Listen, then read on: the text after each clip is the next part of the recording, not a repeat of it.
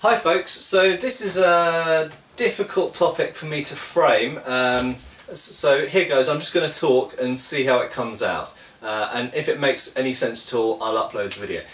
So an issue I have and a bugbear I have is the over-reliance on sparring or fencing, free play, however you want to call it, but I like to call it sparring, sparring as a learning tool. Okay, now first thing to set as context here is I love sparring. I'm massively in favour of sparring. My club, I think, is fairly well known as a sparring friendly group who love to go out and spar. Whenever we're at events we're sparring people, we love to take part in competitions and so on and so forth. Okay, so we love sparring. However, I've noticed a trend in more recent years for there to be groups of people who spar far more than they learn. Okay, and as an example of that, I can think of a few people who I know who essentially don't really seem to study or learn fencing as an art or a science. They just spar. Okay, now you can learn a lot from just sparring. However, you can also not learn a lot from just sparring. And what I mean by that is, to learn from sparring, you need a degree of intelligence first of all. But you also need a vocabulary of understanding what's happening. Okay? So what very often happens, and it doesn't really matter whether you're talking about unarmed martial arts or armed martial arts, is that people fight and then they either win or lose. Sometimes they win by a narrow margin, sometimes they win very easily.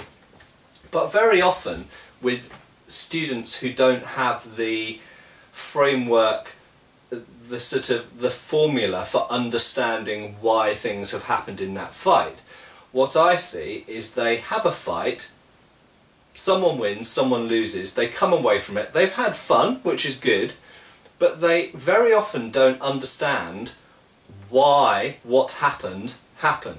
Okay? Now if we look at the historical fencing treatises, or indeed if you look at modern sport fencing instructional manuals, or indeed other martial arts manuals, kendo or eskrima or anything else, or boxing, you'll see that there is a way of systemizing what happens in a fight. You know, there's ways of moving, there's distance, there's timing, there's technique, and a lot of people focus too much on technique and forget about how it relates to distance and timing and these sort of things, body mechanics and such like. And the thing that I suppose slightly annoys me, but also concerns me, is that some people are just repeatedly making the same mistakes again and again and again. And unfortunately there are some people I see who are making the same mistakes and not improving for years, and I really mean years. I mean, I think if someone doesn't show any improvement, or at least improvement of understanding their performance over the course of 2 or 3 or 4 years, then they need to step back. They need to have a teacher, essentially, to help them to step back and analyse why they're repeating the same behaviour over and over and over again and making the same mistakes over and over and over again. And I think very often these sort of martial artists, fighters, students, whatever you want to call them, think, oh well, I win 60% of my fights or 50% of my fights, so I must be doing something right. Well, actually, kind of no. If you only win 50% of your fights, you're doing quite a lot of things wrong and you're repeating a lot of mistakes again and again and again. And really what you're aiming towards is, I would say, being able to win 75% of your fights reliably. Because two people with weapons or without weapons who compete or fight stand as much chance of beating each other if they're of approximately the same skill level with approximately the same weapons and of approximately the same size and strength. So there we go. I know this has been a chaotic thought because I haven't sat down and thought how to frame it, and it's not a very easy thing to frame in a video or indeed to write down.